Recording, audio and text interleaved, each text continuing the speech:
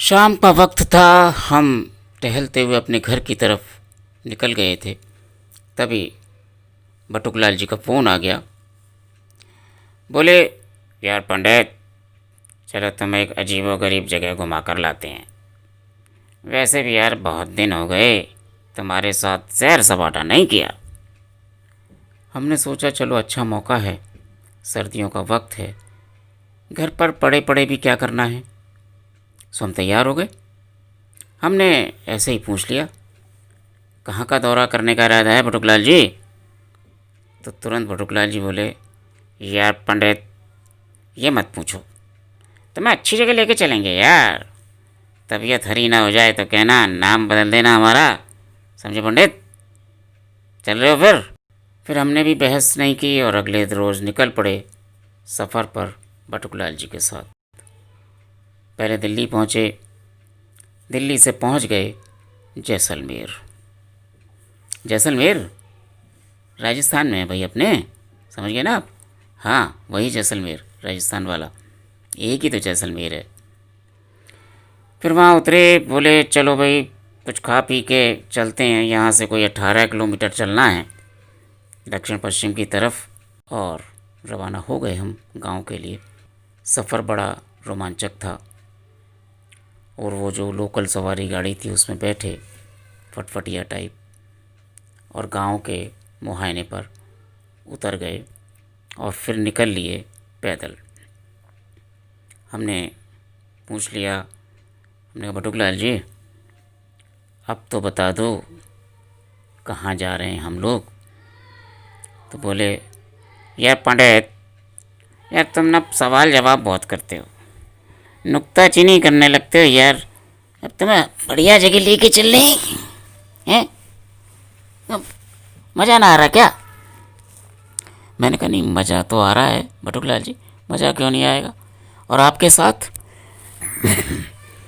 साथ मज़ा ना आए, ऐसा कैसे हो सकता है? बोले, यार पंडित देखो, हम तुम्हें ऐसी जगह लाए हैं, वो क्या कहें, तबीयत खुश हो जाएगी। और पंडित, और तुम तो वैसे भी तुम्हारा तो ये खंडहरों में इसमें उसमें इतिहास इतिहास क्या कहें वो, हाँ पुरातत्व, हाँ वही कहें ना, उसमें तो बड़ा इंटरेस्ट है। तो ऐसी जगह लाए तुम्हें दिखाने, तुमने पढ़ा ना हो। हाँ जाने हम, पढ़ाकू तो बहुत हो तुम, लेकिन तुमने पढ़ा ना होगा, समझे? हमने कहा चलो भाई बटुकलाल जी, हम तो आपके पीछे पीछे हैं, जहाँ ले जाओगे वहीं चले जाएंगे।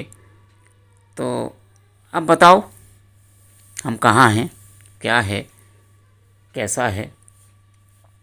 तो कहने लगे, अच्छा एक बात बताओ पंडित, तुम तो पंडित आदमी। हमने कहा हाँ जी, पंडित हैं, ब्राह्मण हैं। बोले, देखो पंडित, पालीवाल का नाम सुनो ना। हमने पालीवाल का नाम ना सुना। पालीवाल तो एक ब्राह्मणों में गोत्र हो, एक वर्ग हो। बोले, हाँ भाई यार, तुम देखो ना, फिर तुम यार हमसे, हमारे मुंह से जरा सी कुछ गलत सलत निकल जाए तो पकड़ लो हमारी बात। हमने, चलो माफ़ करो, बताओ पालीवाल को क्या हुआ? बोले, यार पालीवाल को कुछ ना हुआ पंडित, पालीवालों का एक गोत्र हो मुदगल, होवे ना होवे, और उस मुदगल गोत्र में एक केवें कुलधर नाम की उपजाति हो। क्या हो? कुलधर नाम की उपजाति। और जहाँ हम जा रहे हैं ना पंडित, ये उसी कुलधर के नाम पर एक गांव है जिसे कहें कुलधारा, कुलधारा गांव। समझे पंडित? क्या कहें? हमने भी सीधे स्वभाव से कह दिया। हमने कहा कुछ बोलेंगे तो फिर ये भिड़क जाएंगे। हमने कहा हाँ जी, कुलधारा गांव। अब हमने यूँ ना कही कि यहाँ पे तो कुलधारा ना कुलधरा लिखो। हम चुप रहे। बोले हाँ, बोले हाँ पंडित, बिल्कुल सही पकड़ रहे हो। और पंडित देखो ऐसा है, अब ये तो बताने की ज़रूरत ना कि हम राजस्थान में जैसलमेर में, जैसलमेर से थोड़ा सा दूर है, ये तो तुम जान गई। तो यूँ कहें कि 13वीं शताब्दी में कहवे कि पालीवाल ब्राह्मणों ने इस गांव को बसाया। इकट्ठे हो गए होंगे 10 20 50 पालीवाल लोग, यहाँ पे आके बस गए। पालीवालों का बड़ा रुतबा था, हैं, बड़े सुंदर सुंदर से मकान बनवा लिए। देखो ब्राह्मणों का मकान हो तो तुम पता ही है, ब्राह्मणों का जहाँ इलाका हो तो वहाँ तो भैया या तो शिव जी हों या विष्णु जी हों। तो यहाँ जो है हमें एक मिल जा कहवें कि यहाँ पे जितने वो पालीवाल ब्राह्मण हैं ना पंडित, वो वैष्णव धर्म को मानने वाले, विष्णु जी को। और यहाँ पे एक विष्णु जी का मंदिर भी कहवें, देखेंगे, चलो अभी चल रही। और फिर यहाँ पे यूँ कहें कि एक महिषासुर मर्दिनी का भी मंदिर है और गणेश जी की मूर्ति भी है। ये पढ़ा हमने कहा बटुक भाई आप कब से पढ़ने लगे भाई? तो पढ़ने लिखने का तुम हमें दे रखा तुमने और तुम ये कहाँ से पढ़ लिए? बोले भाई पंडित ऐसा है, देखो जब हम एक बार आए ना राजस्थान घूमने रेलवाई से, जब तुम्हें बताया ना ये बड़े अजीबो गरीब नाम हुए, वो कोई कह रहा कि भाई साली भी है, हैं, चाचा का कैसे कैसे नाम है, बीवी, तो तब हमें पता चली। पर हमने कही तभी सोच ली, हमने कहा भाई ऐसा है, हम तो अपने पंडित को साथ लेके जाएंगे, पंडित के साथ ऐसी जगह घूमने का मज़ा ही कुछ और हो। तो तब से मन में ही, और वो जो जब कर रही ना सफ़र पंडित, तो वो जो एक मिले हमें उसी ट्रेन में, तो उन्होंने हमें वो भी उसी शहर में उतरी जहाँ हम उतरी। वो बड़ी मतलब हमसे तो ऐसे दिल लगी हो गई उनकी साहब की। बोले आप होटल पोटल ना ठहरे, हमारे घर में ठहरी हो। तो वो ले गए और फिर उन्होंने हमें ना एक किताब खरीदवाई, ठीक है। उस किताब का नाम है तवारीख जैसलमेर। देखो ये रही, है ना, हाँ, लक्ष्मी चंद्र ने लिखी 1899 में। कब लिखी? 1899 में। तो वो हमने पढ़ी किताब। अब ये किताब पढ़ने के बाद ना भाई ये हुआ कि अभी पढ़ी बस 2-4 दिन पहले ही, इतने महीने से रखी। हमने कहा भाई आप किताब को पढ़ने के बाद तो जाने का मन कर रहा। तो भाई हम यहाँ आ गए, तो मैं लेके देखो तो यूँ कहें कि ये जो गांव है ये कधान नाम के एक पालीवाल ब्राह्मण ने बसाया, कुलधरा। और यहीं पे ना उसने वो तालाब भी खुदवाया कि मैं उसमें किताब में लिख रहा कि उधानसर नाम है उस तालाब को। अब नाम रख दिया होगा कोई भी, अब किताब में लिख रहा। अब हम कहाँ से वहाँ देखने जा रहे कहाँ लिखा कहाँ नहीं लिखा। और देखो पंडित किताब के मुताबिक वहाँ एक पत्थर सा लग रहा जिसमें वहाँ पता चल रहा कि हमें कि अभी बड़ा गांव होगा ब्राह्मणों का गांव, तो भाई 3 शमशान घाट, जिसका मतलब गांव भी बड़ा होगा है। और यूँ कहें कि 13वीं एक शिलालेख मिला, देवली कोई गांव होगी, जगह वगैरह होगी वहाँ पे। तो यूँ कह रहे कि 13वीं शताब्दी में यूँ गाँव बस गए हो। और उसमें जो वो शिलालेख में, एक शिलालेख में लिख रहा भट्टिक संवत। अब होगा कुछ भट्टिक संवत, अब क्या क्या हमें तो पता ना, ये संवत का चक्कर तो तुम जानो। लेकिन वो जो किताब में कह रही कि उस शिलालेख में 2 लोगों की मौत का जिक्र कही है। और उन दोनों की जो मौत हुई ना, वो एक की मौत हुई 1235 में और एक की मौत हुई 1238 ईस्वी में। तो भैया वो तो आप समझ लो कि भाई 1235 1238 तो 2-4 10 साल 20 साल पहले तो गांव बसो होगो भाई, तभी तो इतना वो हो गया। और यूँ कहें तब जो है उस समय जब बसो गांव तो 400 मकान है और खंडर हैं। आज 400 खंडर है पंडित यहाँ पे, देखो तुम। और यहाँ पे जो है यूँ कहें कि एक और जो किताब कहीं लिखी होगी, रेजवी करके एक जिक्र मिल रहा। वो कह रहा कि भाई 17वीं-18वीं शताब्दी में कुलधारा गांव में तकरीबन 1588 लोग रह गए। 1600 समझ लो, 88 का समझो राउंड है ना, वो क्या है ना, गोल गोल गोल संख्या बना लो, राउंड फिगर जैसे तुमको अंग्रेजी में गोल संख्या बना लो, तो 1600 आदमी कम हो गाँव में हैं। आज मिले हैं बड़े बड़े गांव में 1500, 1600, 2000 लोग। अब ये उस समय की बात, 1200 समझ लो, 1200 ईस्वी में 1600 लोग तो बड़ा गांव रहे होगो। तो वहाँ रहे इतने लोग। तो एक अंग्रेज अधिकारी, हाँ वो क्या बोले यार, हमें तो ना पंडित यूँ अंग्रेजों के ना नाम वाम लेने नाम है, अरे बेवकूफ़ से नाम है, क्या कह रहे हैं वो, जेमस टांड पता नहीं क्या कहें मैं, तुम जानो। तो हम बोले बटुक भाई उसका नाम है जेम्स टाड, उसने किताब लिखी थी राजस्थान पे, और उसी की किताब को सबसे ज़्यादा पक्का सबूत माने आज की तारीख।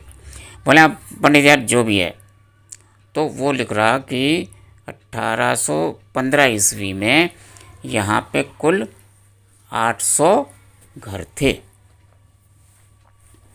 जिसमें 200 परिवार रह गए।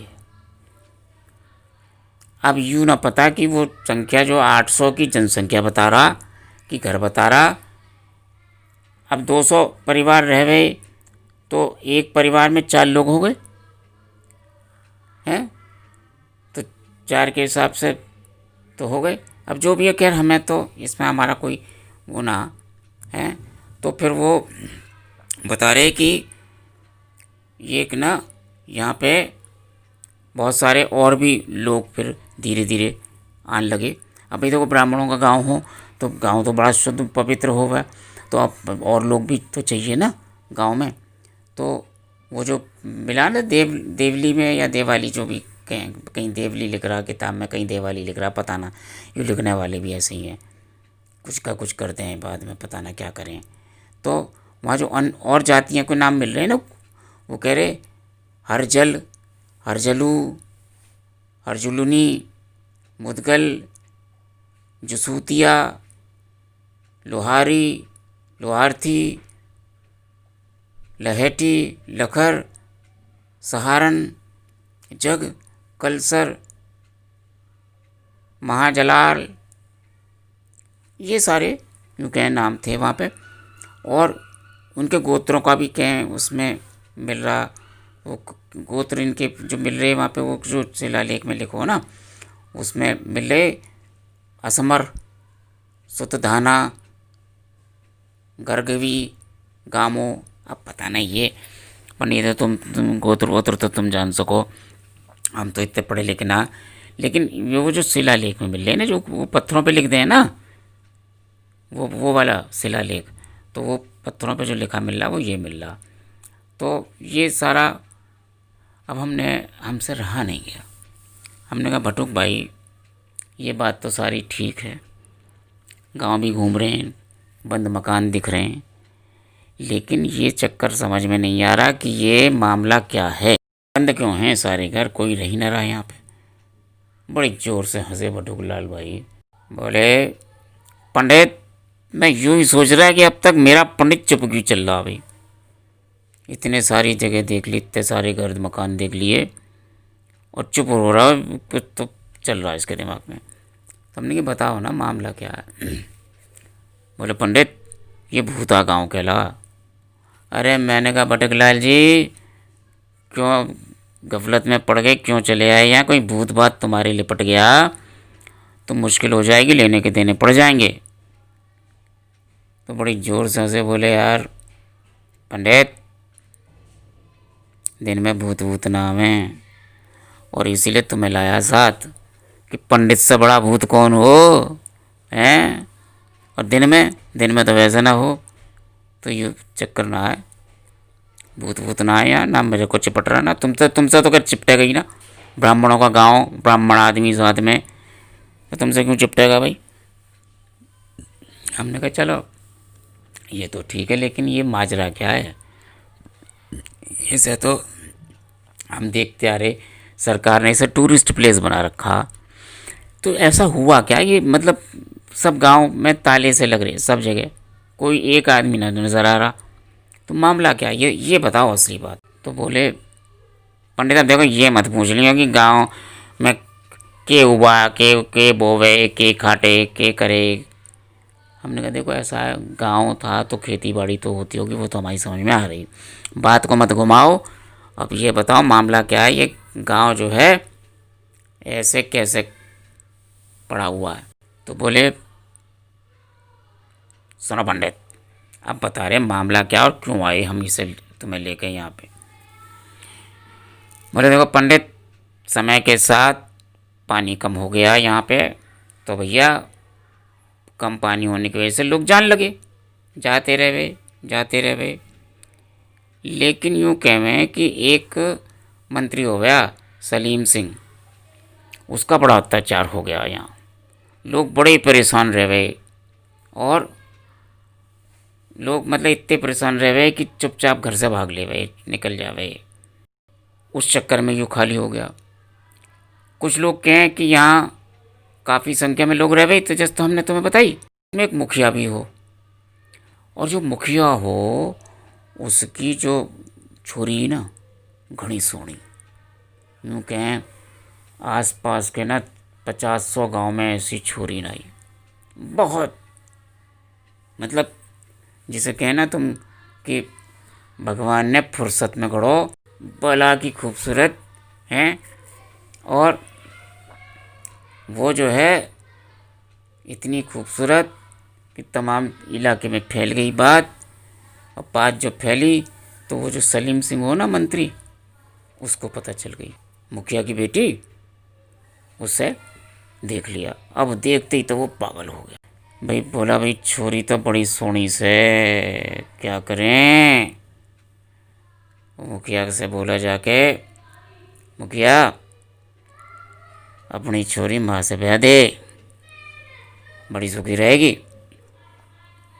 अब भैया देखो, ब्राह्मणों को समाज, ब्राह्मणों को गांव, और वो सिंह सलीम सिंह, अब पता ना सलीम और सिंह दोगला हो कि अकेला हो, क्या पता सलीम भी हो और सिंह भी हो। तो भैया वो मुखिया तैयार ना हुआ और बात बिगड़ गई। यूँ कहें कि धमकी हमकी दे दी उसने मंत्री ने कि बर्बाद कर देगो, तबाह कर देगो। और उसके बाद फिर गांव वालों ने फैसला करो, क्योंकि सब ब्राह्मण ही भाई हैं, सब एकजुट हो गए पूरे गांव। पहले तो तुम्हें पता ना पंडित, गांव की आन बान शान पे मर जावे लोग, गांव पे उंगली ना उठा सके कोई। आज के गांव न रहे, कुछ भी कर लो।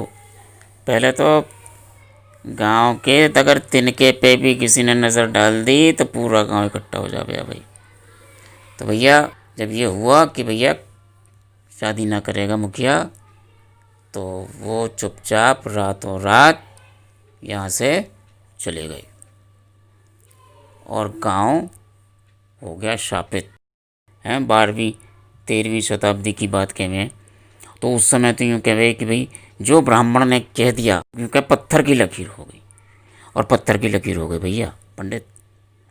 ब्राह्मण जाते जाते कह गए कि ये गांव बर्बाद हो जाएगा, यहाँ कोई ना बसेगा, बर्बाद हो गया, अब ना बसे यहाँ पे कोई।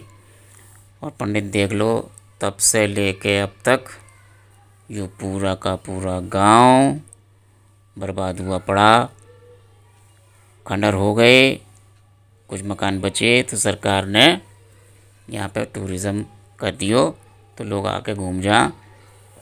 हाँ लोग कुछ हिम्मत करके आ जा आसपास, जैसे जैसलमेर में नौकरी पोकरी करें, अब वहाँ पे रहने की व्यवस्था ना हो, 18 किलोमीटर ही तो है, तो अपना यहाँ पे शाम को आ जा, रात भर रुकें फिर सुबह चले जाएं नौकरी नाकरी पे। तो एक आध दो चार ही लोग हैं और ना है यहाँ पे। लेकिन देख लो भैया पंडित, पहले की जुबान हो गई, जो कह दिया वो पत्थर की लकीर हो गई है। तो ये था पंडित कुलधारा गांव, जो कि ब्राह्मणों को हो, तो हमने कहा भाई अपने पंडित को लेके जाएंगे पंडित को भी दिखाएंगे। देखो पहले के ब्राह्मण कितने सतर्क हो गए, कितने हिम्मत वाले हो गए, और जो कह दे वही वो पूरा हो गया। हम थोड़ी देर देखते रहे बटुकलाल जी को। उसके बाद बोले, हाँ बटुकलाल जी, आपके साथ बहुत सारे हमने सैर सपाटे किए, लेकिन वास्तव में ये एक अपने आप में अलग अजूबा है। तुमने सही कही चलते समय कि अजीबोगरीब जगह ले जाएंगे। हमने ना पढ़ा था ये कहीं, आज देख लिया। बस भैया शाम को वहाँ से निकल आए, जैसलमेर आ गए, रुके रात में, और अगले दिन सुबह अपने घर आ गए। तो ये थी कहानी कुलधारा गांव की, जो अब पर्यटन में तब्दील हो गया है। आप रहिए स्वस्थ, मस्त और व्यस्त। घर से बाहर मत निकलिए, जब ज़रूरी हो तब निकलिए, और जब निकलिए तो मास्क लगा कर निकलिए। सामाजिक दूरी बनाए रखिए, बाज़ार में भी दूरी बना कर रखिए, क्योंकि सामाजिक दूरी है हमारी मजबूरी और मास्क है बेहद ज़रूरी।